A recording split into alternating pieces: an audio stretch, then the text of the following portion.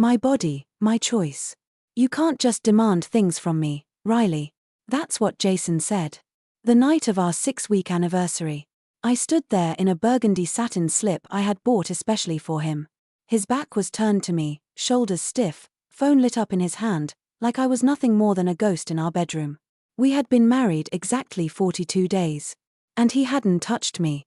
Not once. I'm Riley Monroe, 27 years old, and until recently, I believed I had found my fairytale ending. Jason Miller proposed last spring under the blooming dogwoods in Savannah, Georgia, in front of my mom and 2 close friends. It was tender, heartfelt, and felt real. Our wedding was held at the Grand Palmetto Grove Estate, surrounded by twinkling string lights, live jazz, and hundreds of smiling guests. I thought I'd stepped into a dream. But tonight, standing in our master bedroom, I realized I had stepped into something far colder. Jason, I whispered, voice trembling, we're married. You're my husband. I just want to know, why haven't you even kissed me since the wedding? His response. A quick, sharp glance. Eyes narrowed. Riley, I told you, my body, my choice. You don't have rights to me just because we exchanged rings. Respect my space. Respect my space. Like I was some intrusive stranger on the subway. Before the wedding, Jason had been affectionate. Not overly sexual, but sweet.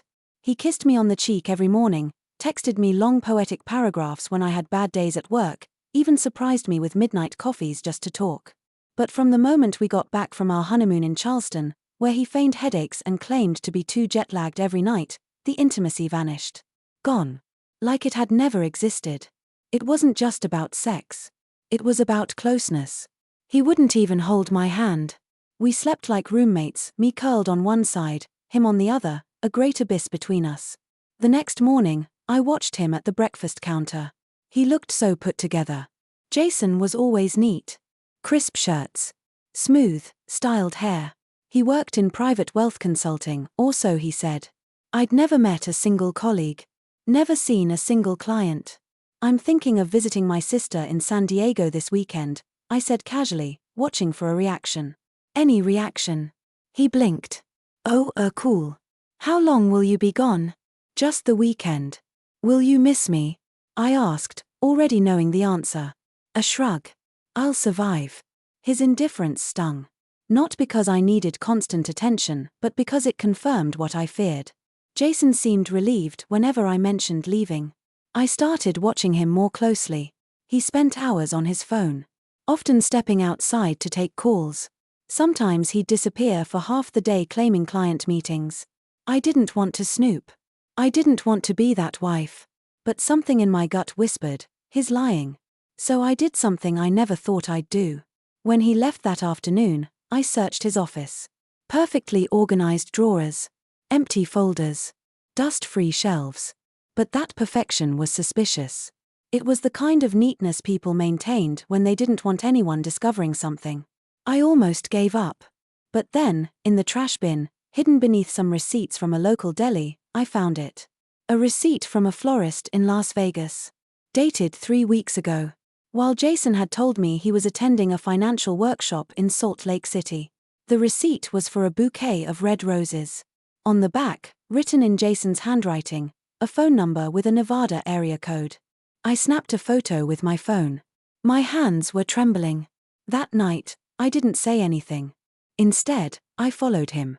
Jason had told me he was working late at Lexan Financial Group. I'd called that office earlier that day. They'd never heard of him. When his car pulled into the lot at 5:50 p.m., I parked across the street and watched.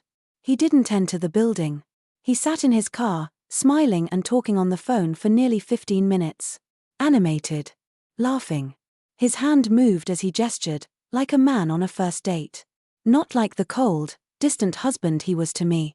Eventually, he entered the coffee shop on the ground floor of the office complex, not the office itself.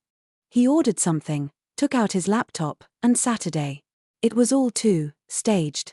The laptop, the occasional typing, the sips of coffee, it felt performative, like he was playing a role for someone watching. I waited until he left. Then I followed him home. He went straight to the shower. Left his phone charging on the nightstand. I hesitated only a second before grabbing it. The code. Our wedding date. He had entered it once before when we were checking flight schedules. I remembered it. It unlocked. What I found made my stomach drop. Dozens of messages with someone named Marissa. Love notes. Counting down until I see you. This is almost over. Can't wait to hold you. Photos. One of them standing in front of a Nevada courthouse. Both smiling. Both wearing wedding rings. The most recent message? Missing you, baby. Can't wait for this weekend. She's starting to pull away, it's working. I sent the photos and texts to my own phone. Then returned his phone to the charger. Jason stepped out of the bathroom, humming. He seemed relaxed. Lighter. No wonder. He was living a double life. And the part that included me was clearly the one he wanted to end. I think I'll go to bed early tonight, I said quietly. Sounds good, he replied, already scrolling through his phone again. And in that moment, I made the decision that would unravel everything. The next morning, I booked an appointment with a local attorney in Savannah. I didn't know exactly what I was looking for, divorce advice, maybe. Or just some legal clarity. But something inside me knew, what I had seen on Jason's phone wasn't just infidelity. It felt calculated. Her name was Danielle Hartford, a divorce attorney with a reputation for taking on complicated cases involving deception, fraud, and hidden assets. Her office overlooked the Savannah River, quiet and modern, with glass walls and a minimalist design that made me feel strangely vulnerable. I showed her the texts. The photos. The messages from Marissa. She scrolled through them silently, her face unreadable. Then she looked up. Riley, this isn't just adultery. This could be bigamy. I blinked. Bigamy? No, we were married legally. We had a license, the ceremony. Yes, she said, carefully.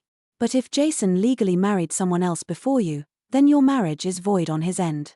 Which means, he could be facing criminal charges. I sat there in stunned silence. You need to know the truth, she continued. We should hire a private investigator. If he's legally married to this woman and it predates yours, we need to prove it. Not only to protect yourself emotionally, but financially too. My mind reeled. I had walked into her office thinking I was a scorned wife. Now I was possibly the unwitting victim of a crime. Within hours, Danielle introduced me to Michael Grayson, a seasoned private investigator who had formerly worked in missing persons cases with the Georgia Bureau of Investigation. He was in his late 50s, no nonsense, and efficient. Within 20 minutes of reviewing what I'd shown him, he asked one simple question. Are you ready to hear things that might ruin everything you thought was real? I nodded. Slowly. But firmly. That night, I returned home to find Jason cooking dinner. It was rare. He usually ordered takeout and claimed he was too tired to cook. But tonight, there he was, pasta boiling on the stove, wine open, jazz playing on the speaker like we were in some couple's retreat commercial. He looked up with that charming, boyish smile that once melted my heart. Surprise. Figured we should have a real dinner together. Wow, I said, masking the tightness in my throat. What's the occasion? Just trying to be better, he said, shrugging. I know I've been distant lately. I wanted to laugh.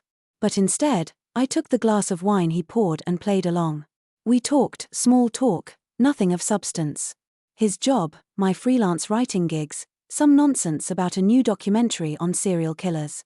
And all I could think about was the photo of him and Marissa in front of a Nevada courthouse.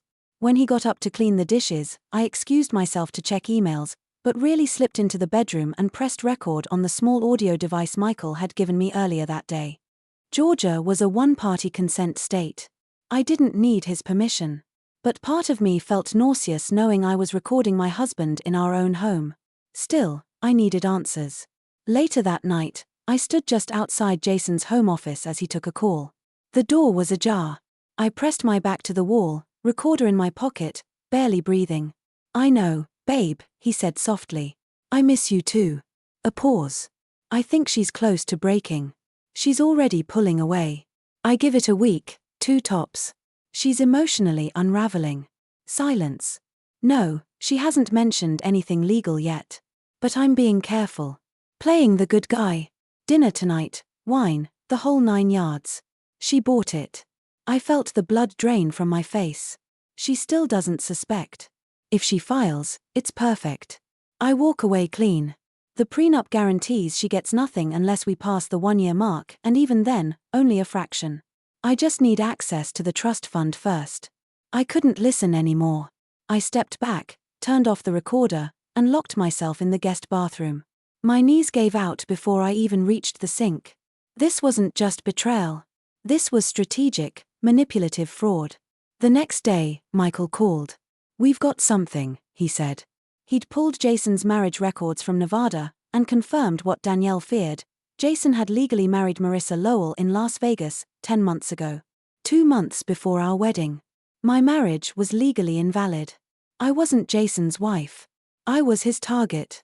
"I've seen this before," Michael told me. "It's called financial grooming.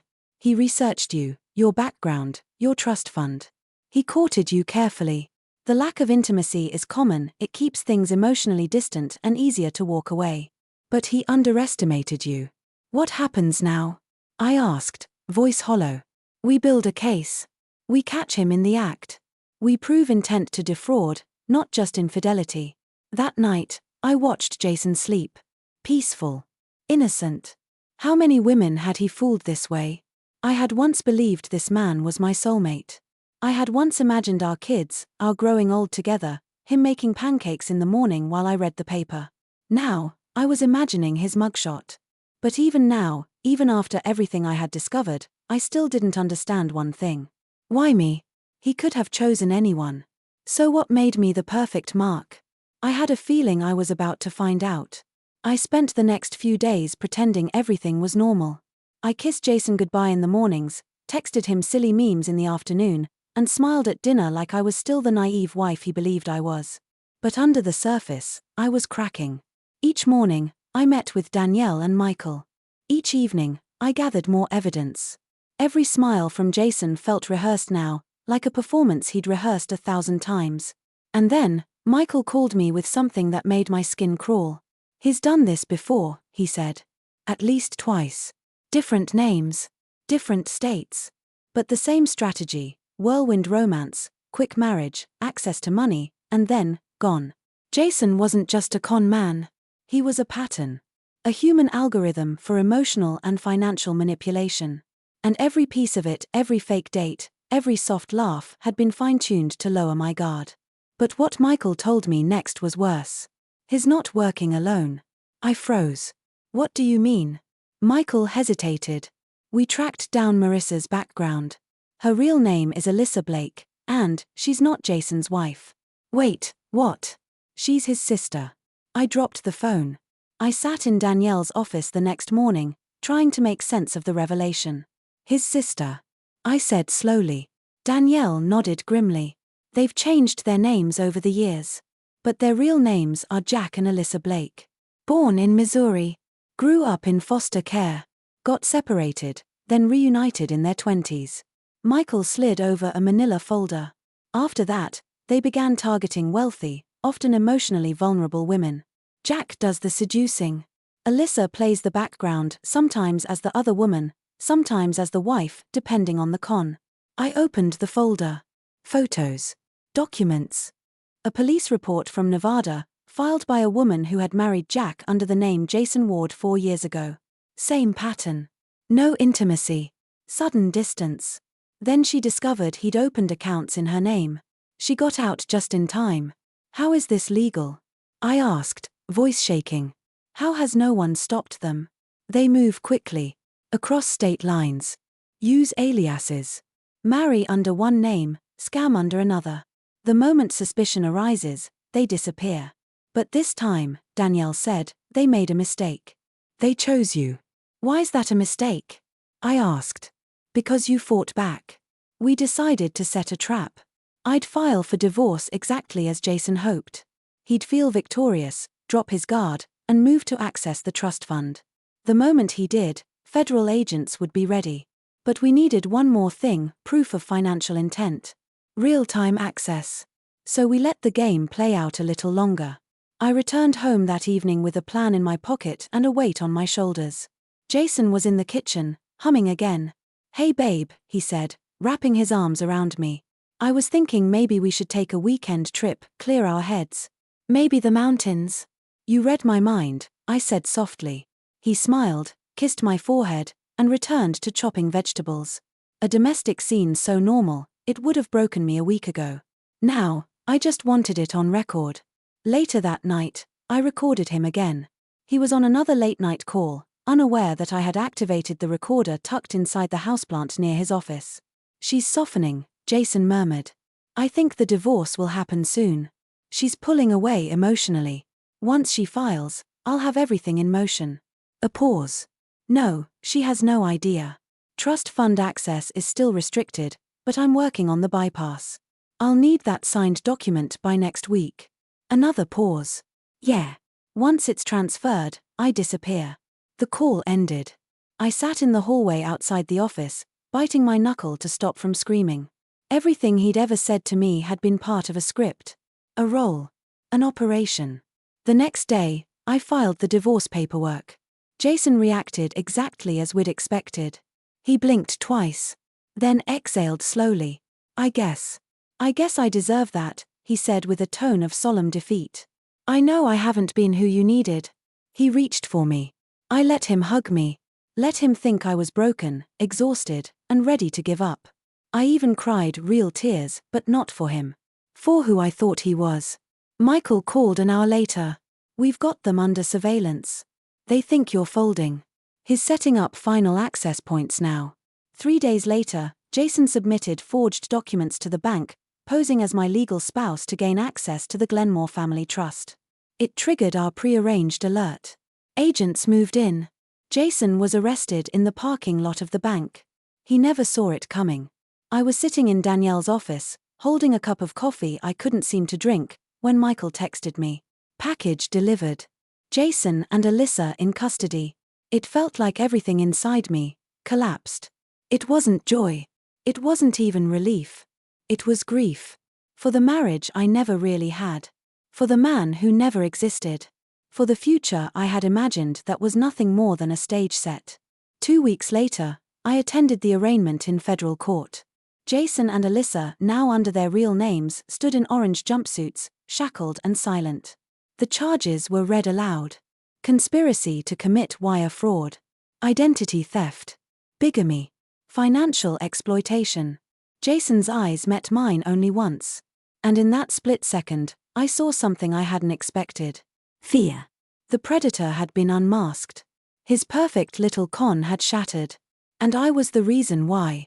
The courtroom smelled like bleach and desperation.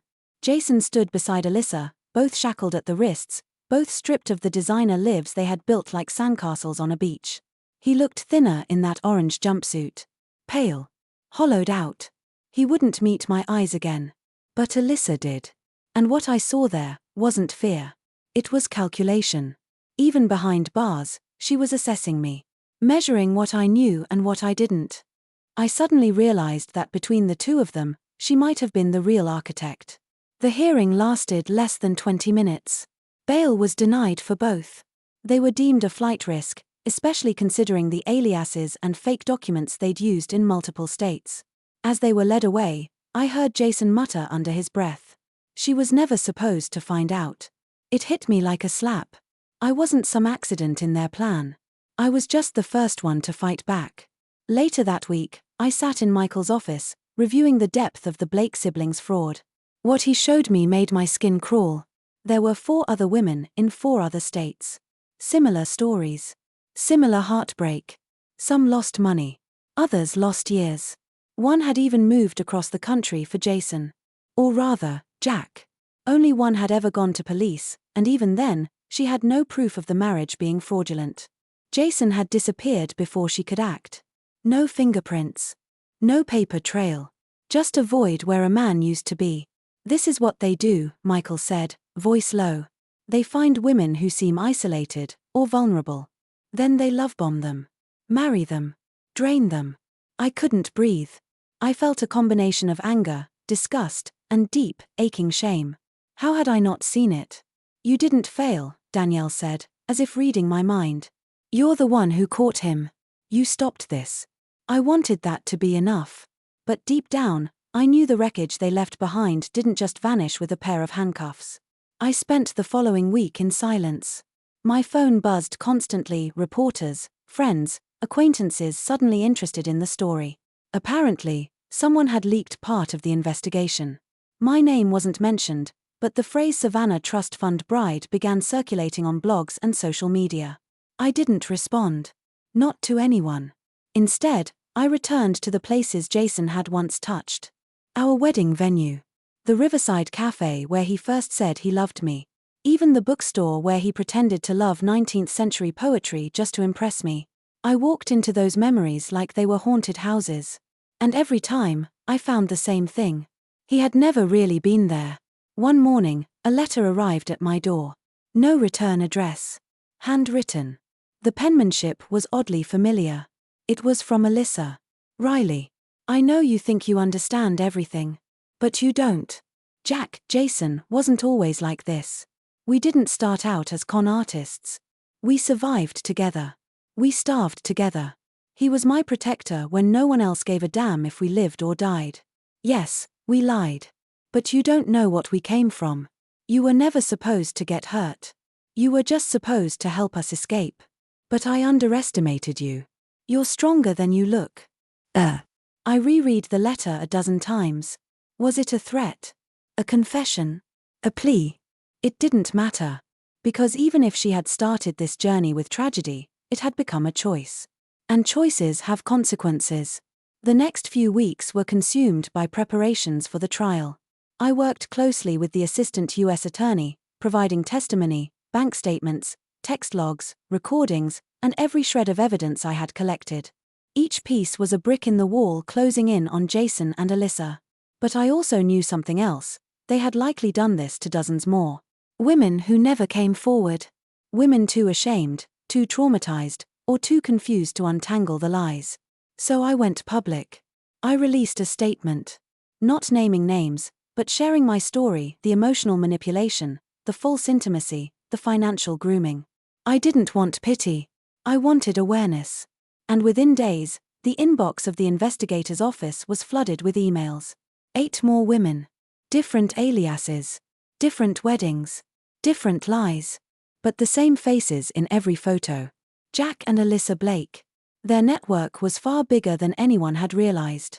By the time the federal trial began in late August, the courtroom was packed with victims. Women from all over the country had come forward to testify. Some cried. Some yelled. One threw a crumpled photo of her wedding day at the defense table. I chose not to testify in person. Instead, my statement was read aloud by the prosecutor. He didn't just lie to me. He constructed a reality and invited me to live in it. Every moment of affection was a performance. Every promise, a rehearsed line. He robbed me of something far more sacred than money. He stole my ability to trust. There was a long pause in the courtroom after that. Even the judge looked shaken. Jason sat motionless. Alyssa wiped a tear. I still don't know if it was real. They were found guilty on all counts. Wire fraud. Mail fraud. Identity theft. Bigamy. Conspiracy to defraud. Jason was sentenced to 12 years in federal prison. Alyssa got 9.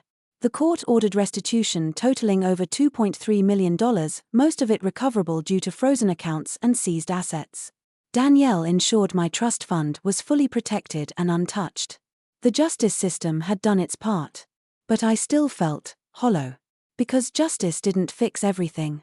It didn't erase the fact that I married a man who never existed. It didn't restore the sleepless nights, or the deep-seated ache that bloomed in the quiet corners of my mind. It didn't give me closure. That, I would have to build myself. Brick by broken brick. The silence after the sentencing was deafening. No more subpoenas. No more interviews with prosecutors. No more waiting for calls from Michael or Danielle with updates that made my chest tighten. Jack was locked away. Alyssa too. But I didn't feel free. For weeks, I drifted through my own life like a stranger. I'd go to the market and forget what I came for. I'd sit in the bathtub until the water went cold, staring at nothing.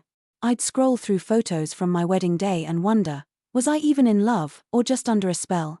My therapist called it narcissistic abuse. That Jack had used love not as a feeling, but as a weapon. He wasn't trying to give me affection. He was trying to make me dependent. One afternoon, as I was packing away wedding decorations I couldn't bring myself to throw out, my phone buzzed. Unknown number. I let it go to voicemail. A few minutes later, curiosity got the better of me, and I played it.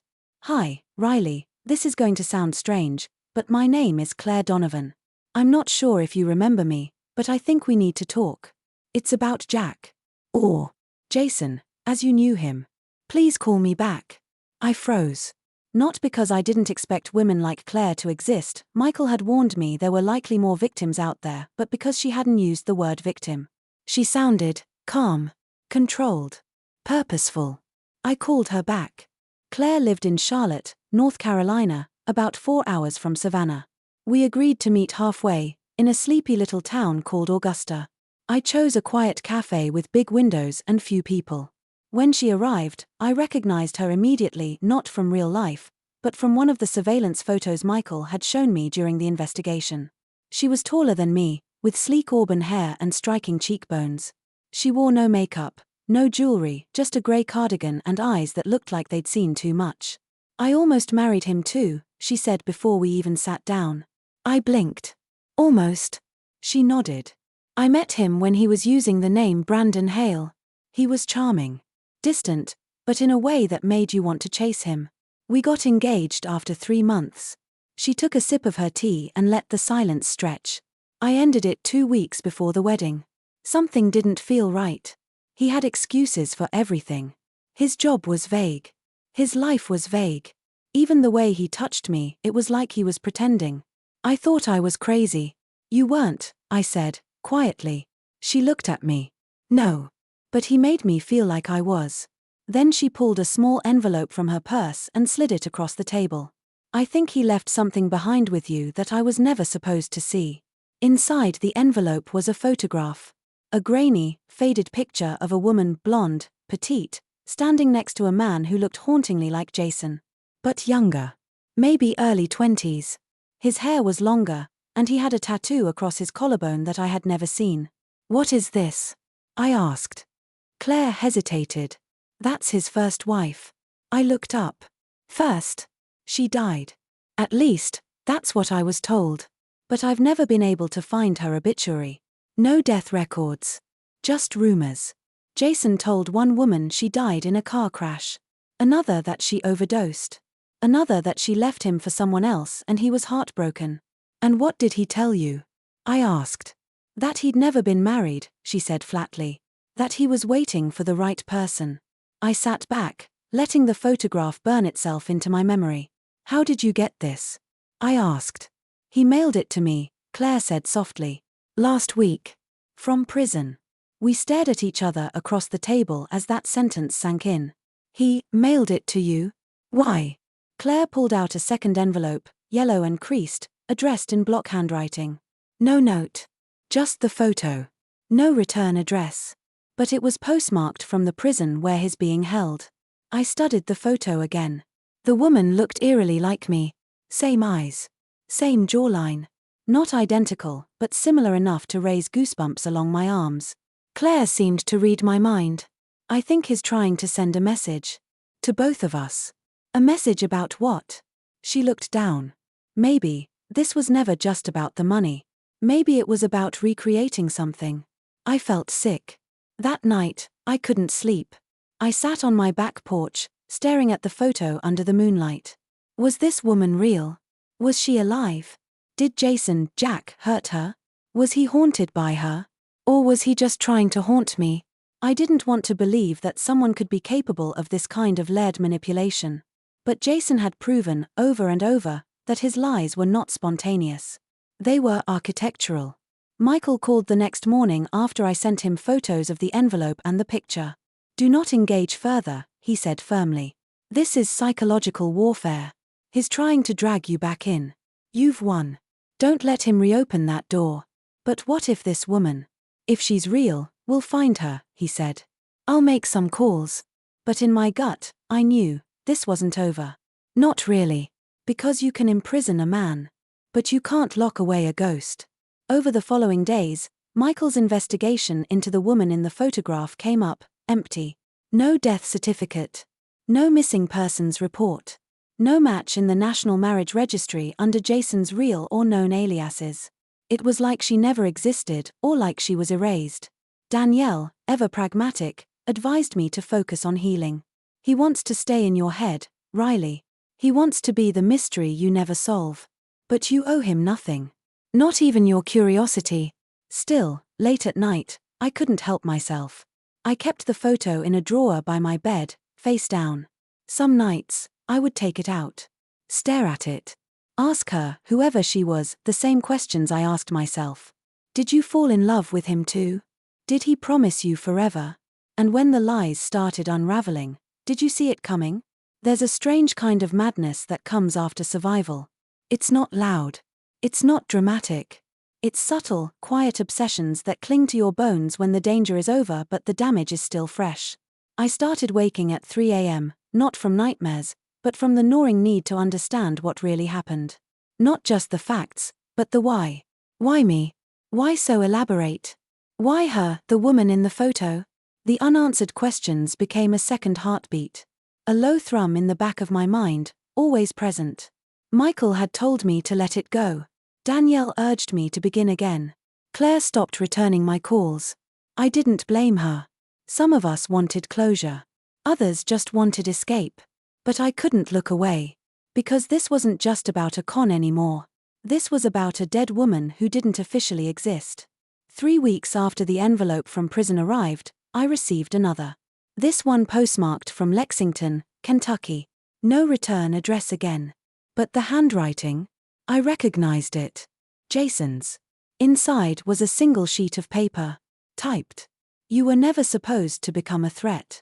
But you're also not the first one who thought she could outsmart me. If you want answers, go to where it all started. Tell them you're her sister. There was a name at the bottom of the page. Isabel Lantham.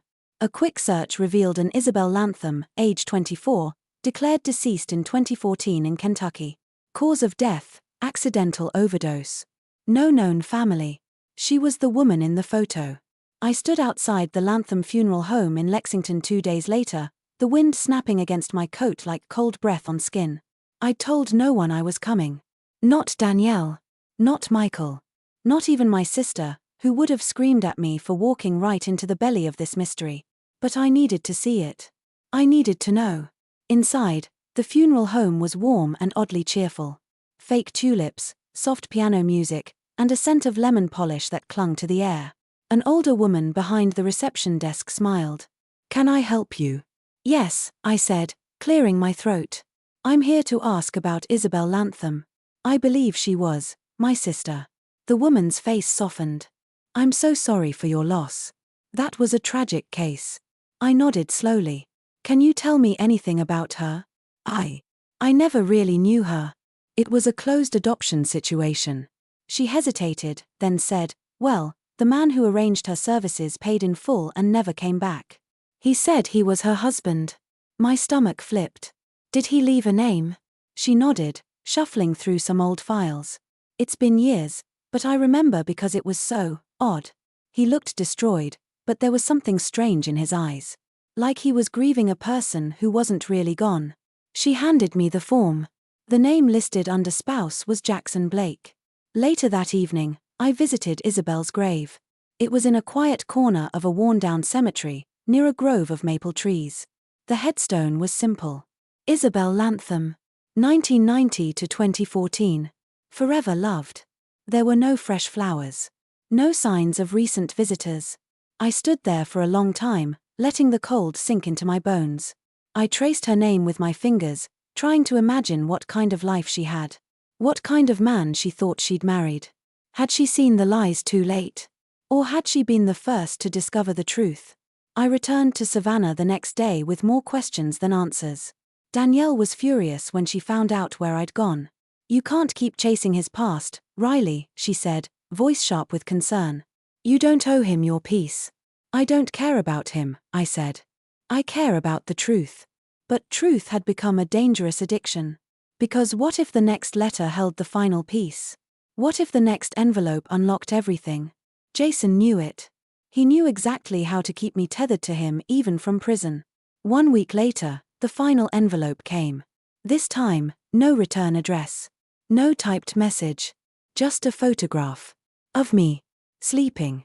In my bed. I dropped it like it had burned me. The timestamp in the corner read, 6:14 a.m. March 3rd. 3 days ago. That's when I realized something chilling. Jason was in prison. But someone else wasn't. Michael came immediately.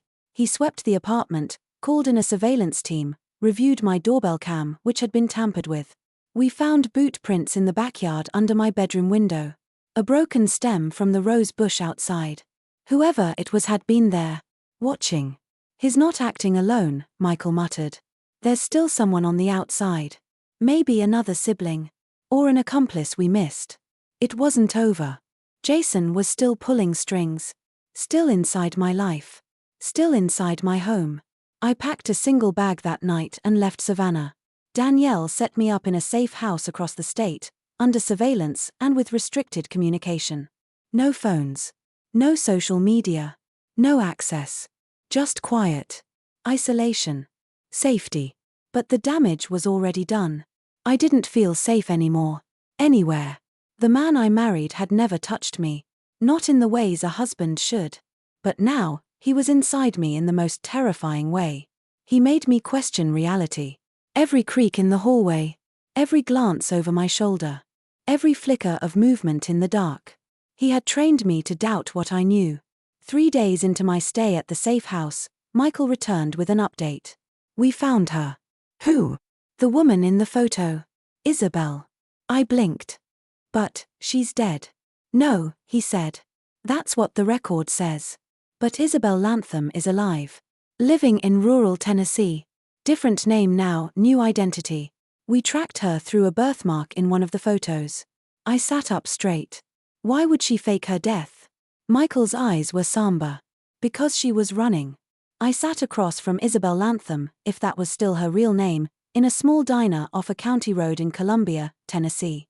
She wore a baseball cap low over her face, blonde hair now dyed a soft auburn. Her posture was guarded, her eyes flicking toward the window every few seconds. But when she spoke, her voice was clear. Tired, but not afraid. Jack sent you, didn't he? She asked, not as an accusation, but a statement. No, I said, slowly. He sent me after you. She closed her eyes, as if confirming something she'd long feared. I figured he would. He always leaves a trail, just enough to keep you chasing, even when he's already destroyed you. Isabel stirred her coffee absently. Her hands were marked with small scars, like she'd lived 1,000 different lives between then and now. I thought you were dead, I said carefully. She gave a dry laugh. I was. As far as the state's concerned.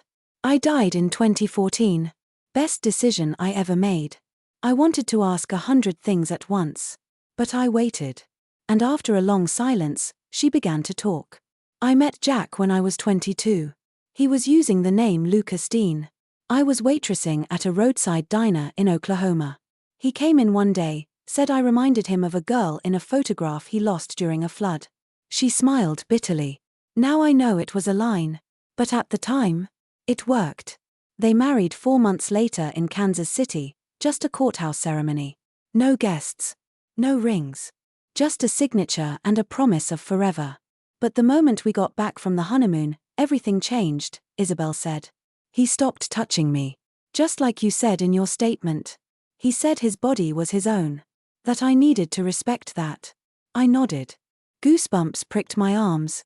I told myself he was just shy, or traumatized. He talked about a horrible childhood.